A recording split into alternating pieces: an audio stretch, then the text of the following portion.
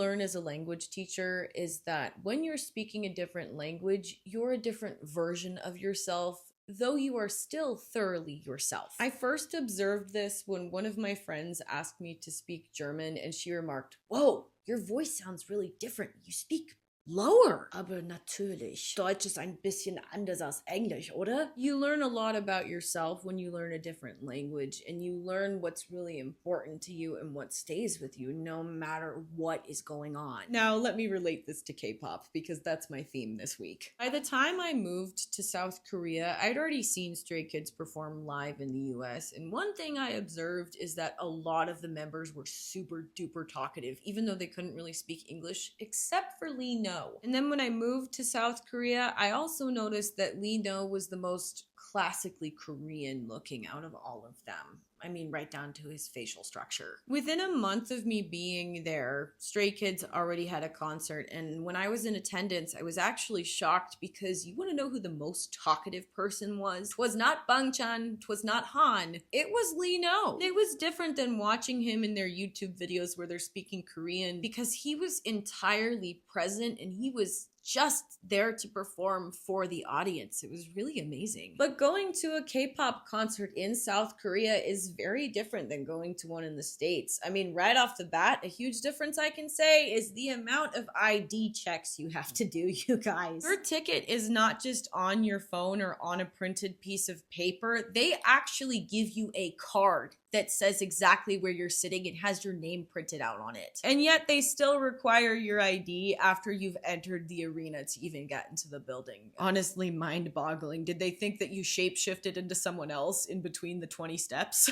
What? Another really big difference is how reserved the audience is. I mean, they sit for the entire performance. Nobody's getting up and dancing around. They have a concert damn near every 3 months there. So this is a really regular occurrence. It's not like in the States where we get a concert maybe every 2 years. The main difference that I observed, though, is that when the boys are touring in the States, they're really basically having a party on stage. They're just having a really good time. When they're in Korea, their job is to perform for the audience. In Korea, it almost feels as if it's a deeper level of honor and gratitude for the audience attending. They're there only for their audience, for their stays. And yet they're happy, even though they're restricted.